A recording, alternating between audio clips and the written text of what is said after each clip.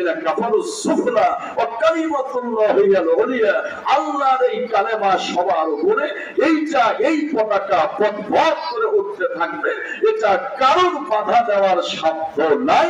যারা এসেছিল তারা হুজুর খেয়েছে, জিরোতে পরিণত হয়ে গেছে। যারা কোরআনের পক্ষে ছিল এরা হিরোতে পরিণত হয়ে গেছে। একটু জোরে বলেন একবার আল্লাহু আকবার, আর একটু জোরে আল্লাহু আকবার। আমার ভাইরা, আমার দিনদার ইমানদারেরা, বাদশা আবরাহা ছিল, তিনি আমার বন্ধুগণ ইয়ামিনের বাদশা ছিলেন। ৬০,০০০ সৈন্য নিয়ে, ১৩টা হাতি নিয়ে যখন ওই মক্কার বাইতুল্লাহ আল্লাহর ঘর ভাঙার জন্য যখন সে এগোচ্ছিল, ধীরে ধীরে যখন আল্লাহর ঘর ভাঙার জন্য এগোচ্ছিল, আমার ভাইরা ওয়াদে মুআসসার নামক সেই জায়গায় তাবু গাড়লো। ৬০,০০০ সেনাবাহিনী নিয়ে, ১৩টা হাতি নিয়ে আমার ভাইরা মক্কার কাবার দিকে যখন এগোচ্ছিল, তখন আমার আল্লাহ তাআলা ওই আরবের এক প্রান্ত থেকে লক্ষ লক্ষ আবাবিল বাহিনী পাঠিয়ে দিলেন। এই ছোট্ট ছোট্ট আবাবিল পাখি, যাদের মুখে ছিল পাথর, যাদের গায়ে ছিল পাথর, আমার ভাইয়েরা ওই পাথর যখন নিয়ে ওই আবাবিল ওই আবরাহার বাহিনীর উপর যখন ঘিরে নিল মেঘের মতো, একের পর এক যখন বৃষ্টির মতো ছুটতে লাগলো ওই গুলি, আমার ভাইয়েরা যেখানে তাদের ওই গুলি লাগলো সেখানেই তারা মারা গেল, জায়গায় তাদের মৃত্যু হলো। আমার বন্ধুগণ, আমি আপনাদের বলতে চাই, আমরা সেই আবরাহার বাহিনী দেখি নাই, আমরা সেই আমার ভাইয়েরা ওই তয়রান আবাবিল পাখি দেখি নাই, ওদের মুখে আমরা পাথর দেখি নাই, কিন্তু ৫ই আগস্টে আমরা হাজার হাজার ছাত্র জনতা দেখেছি গণভবনের দিকে যখন এগোচ্ছিল। আমার ভাইয়েরা, দিনদার ইমানদারেরা, যারা এই জমিনে ইসলাম চায় নাই, যারা কোরআন প্রতিষ্ঠা চায় নাই, যারা সাহাবাদের আদর্শ জমিনে বাস্তবায়ন চায় নাই, যারা বিশ্ব নবীর আদর্শ জমিনে বাস্তবায়ন চায় নাই, ওই হাজার হাজার লক্ষ লক্ষ ছাত্র জনতা যখন এগোচ্ছিল, বাতিল শক্তি তখন পিছনে দরজা দিয়ে পালাতে বাধ্য হয়েছিল। অমুসলমান কথা বলেন ঠিক না বেছে? আরেকটু জোরে বলেন কথা ঠিক না বেছে? সুতরাং আমি আপনাদের খেদমতে বলতে চাই, আমরা সকলেই কোরআনের পক্ষে না বিপক্ষে? আমাদের অনেকে বলে যে আমরা নাকি আলছালা কথা কই। এই যে যখন বিছালা কথা, কোরআনের কথা আপনি যদি বলেন, একটা শ্রেণী আছে বেগুন খেলেও কিন্তু গা চুলকায়, যাদের অ্যালার্জি আছে। আবার একটা শ্রেণী আছে ওই পন্থীদের, আমার ভাইয়েরা, কোরআনের কথা বললেও ওদের গা চুলকায়। একটু জোরে বলেন, এরকম মানুষ আছে না নাই? তবে এই মাহফিলে নাই, এই মাহফিলে যারা আছে এরা সবাই ভালো মানুষ। একটু জোরে করেন একবার মারহাবা, আরেকটু জোরে করেন ভাই মারহাবা। আমার ভাইয়েরা, শক্তি ছাড়া সত্যের দাওয়াত সম্বল পায় নাই, শক্তি ছাড়া আমাদের হেলের আস্ফলন বন্ধ হয় নাই, শক্তি ছাড়া ফিরআউনের রাজপথন বন্ধ হয় নাই, শক্তি ছাড়া আবু লাহাবকে নাচতে নাবুদ করা যায় নাই, শক্তি ছাড়া নমরুদকে নাচতে নাবুদ করা যায় নাই। আমার বন্ধুগণ, আমার দিনদার ইমানদারেরা, সুতরাং এখন আমাদের পিছপা হলে চলবে না, আমাদের এক কাতার হতে হবে, ঐক্যবদ্ধ হতে হবে। আলেম ওলামা আমাদের এখন শিশুরা পাচিদের মতো হতে হবে। আল্লাহ বলেছেন, ওয়ালা তাহিনু ওয়ালা তাহজানু ওয়া আনতুমুল আ'লাউনা ইন কুনতুম মুমিনিন। তোমরা হীন বলা হয় না, দুঃখিত হয় না, তোমরাই বিজয়ী হবে যদি তোমরা এক কাতার হতে পারো, মুমিন হতে পারো। ও মুসলমান, জিল্লায় বলে আল্লাহু আকবার। আরেকটু জোরে করে আল্লাহু আকবার। তাহলে এই জমিনে আমরা ইসলাম প্রতিষ্ঠা চাই। কারা কারা চাই? দুই হাত উঁচু করে আল্লাহকে দেখায় দেই ভাই, এরপরে ইনশাআল্লাহ মূল আলোচনার দিকে চলে যাব।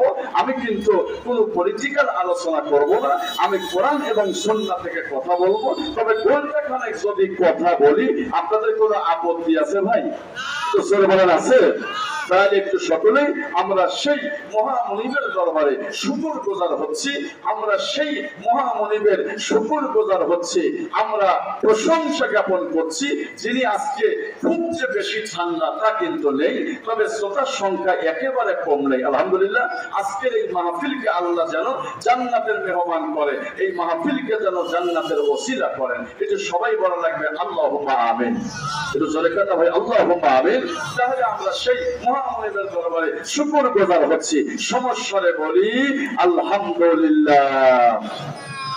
সালাম পেশ করছি মহামানবতার মহান শিক্ষক যে রাসূল সম্পর্কে সৈয়দ আমির আলী বলেন, পৃথিবীর ইতিহাসে এক উপযুক্ত সময়, এমন একটি সময় বিশ্বনবীকে পাঠানো হয়েছিল, একজন ত্রাণকর্তার আবির্ভাবের এত প্রয়োজন ছিল এবং এর চাইতে উপযুক্ত সময় আর হতে পারে না। কিন্তু সুবহানাল্লাহ চলে পারে। জাহিলিয়াতের অন্ধকারে মানুষ যখন অন্ধকারে হাবুডুবু খাচ্ছিল, ঠিক এমন একটি উপযুক্ত সময় বিশ্বনবীকে পাঠিয়ে দেওয়া হয়েছিল। এটা জোরে কন্যা খান আল্লাহু আকবার। যে রাসূল ছিলেন শরীয়তের শাহরে, উম্মতের ব্যাপারে হ্যাঁ বললে ওয়াজিব হয়ে যেত, না বললে হারাম হয়ে যেত, হাত তুললে দোয়া করলে অমনি মোনাজাত কবুল হয়ে যেত। এটা জোরে কন্যা খান আল্লাহু আকবার। সেই নবী মদিনায় শুয়ে আছেন। আমরা এই জমিন থেকে, আমরা এই কুমারগাড়া জামে মসজিদের পক্ষ থেকে হৃদয় লিঙ্গানো সব ভালোবাসা আবেগ উজাড় করে দিয়ে জানাই দরুদ ও সালাম সকলেই পড়ুন সাল্লাল্লাহু আলাইহি ওয়াসাল্লাম। একটা ছেলে বিয়ে করতে যাবে, তার শেরওয়ানি নাই। একটু জোরে কোন কি নাই? শেরওয়ানি নাই। তো পাশের বাড়ি থেকে শেরওয়ানি এইবার হাওলাত করছে। এমন একটা লোকের শেরওয়ানি হাওলাত করছে, লোকটা ছিল কৃপণ। এতই কৃপণ ছিল যে শেরওয়ানি দিচ্ছে আর দোয়া ইউনুস করতেছে, যে মনে হয় এটা হারায় গেল, আর মনে হয় পাই না। তো যাই হোক, এবার শেরওয়ানি যেহেতু নিছে, সেহেতু বিয়েতে তাকে দাওয়াত দেওয়া উচিত। বিয়েতে দাওয়াত দিছে, কিন্তু সে বরের কাছ থেকে সরতেছে না, যেহেতু শেরওয়ানি বরের গায়ে আছে। কথা কোন ঠিক না ব্যাটি? তো এইবার আমার ভাইয়া যখন বিয়ে দেওয়া শেষ, এখন বর দেখার পালা। এইবার এক লোক এসে বলছে, কই বর কোথায়? বরকে তো খুঁজে পাচ্ছি না। তখন যে লোকটা শেরওয়ানি নিছে, ওই লোকটা বলতেছে, এইটা বর, কিন্তু শেরওয়ানি আমার। এটা সরকার শেরওয়ানি কার? তো এবার যখন ছেলের বাবা এই কথা জেনে ফেললো, ছেলের বাবা করলো, কি ব্যাপার, তুমি এত খারাপ কেন?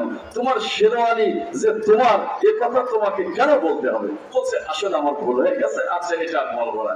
এই কিছুক্ষণ পর আরেক লোক এসে বলছে, এই বর কোথায়? খাওয়া দাওয়া তো শেষ। বললো, বর এইটা, কিন্তু শেরওয়ানি আমার নয়। এটা সরকার শেরওয়ানি কার নয়? এইবার পিতা এসে বলতেছে, ব্যাপারটা কি? তুমি এই বারবার শেরওয়ানির কথা বলো, তোমাকে শেরওয়ানি সম্পর্কে তুলা রাখবে কেন? তুমি চুপ কেন থাকো না? বলছে, আসলে এটা আমার ভুল হয়ে গেছে। এইবার কিছুক্ষণ পর আরেক লোক এসে বলছে যে, এই বর কোথায়? সে বলছে, বর এইটা, কিন্তু শেরওয়ানি সম্পর্কে কোনো কথাই উঠবে না। এটা সরকার নামে তাহলে যারে বোঝানো যায় না, তারে কিন্তু সারা রাত বোঝালেও বুঝবে না। কিন্তু আওয়াজ দিয়ে বলেন, হিদায়াত দেওয়ার মালিককে। সেটা সরে কন্যা ভাইকে। তবে কোরআনের মাহফিলে যারা বসে, এরা সবাই ভালো মানুষ। সেই নবীর উপরে দরুদ ও সালাম পেশ করছি, সকলেই পড়ি সাল্লাল্লাহু আলাইহি ওয়াসাল্লাম। একটু দরুদ বলুন, আল্লাহুম্মা সাল্লি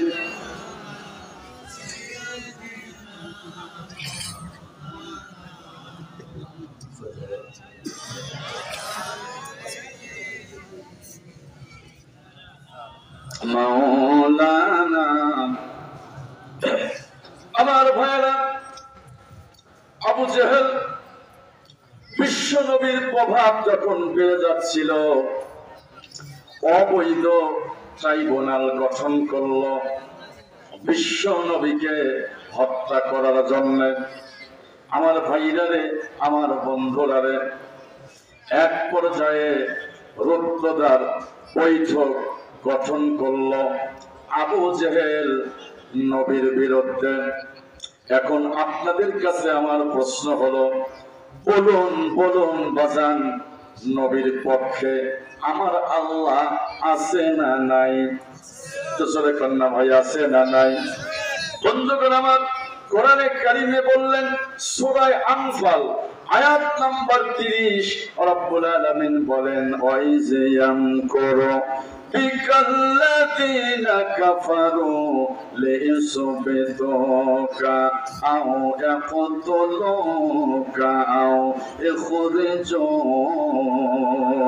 ওয়া ইয়ামকুরুনা ওয়া ইয়ামকুরুল্লাহু ওয়াল্লাহু খায়রুল মাকিরিন। এটা জোরে বলা যাবে কি একবার? মারহাবা। ওরা আপনার বিরুদ্ধে আইন পাশ করেছিল তিনটা।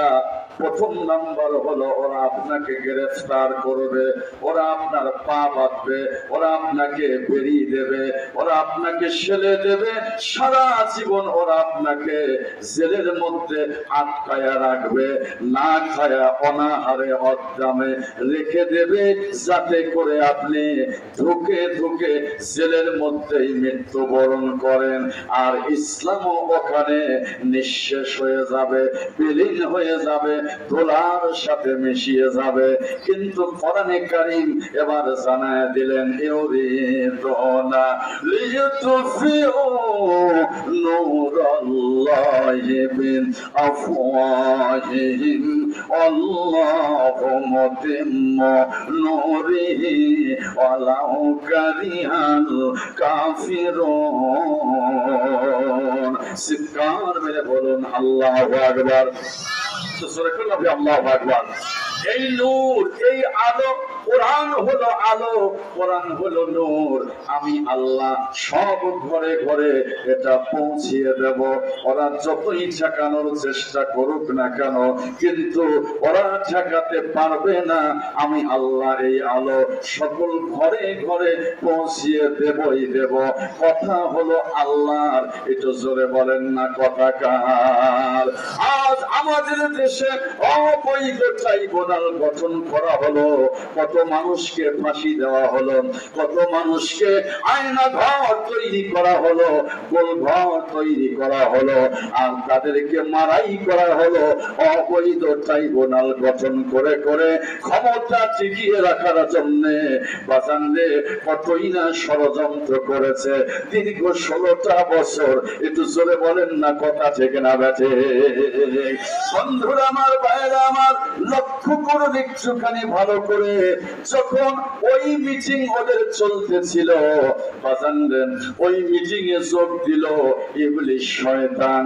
এবার মানুষ রূপে যায় ইবলিস পরিচয় দিল, আনা নস্তে শায়খুন, আমি নস্তের লোক, তোমরা আমাকে হিতাকাঙ্ক্ষী রূপে পাবে, বন্ধু রূপে পাবে, আপন রূপে পাবে।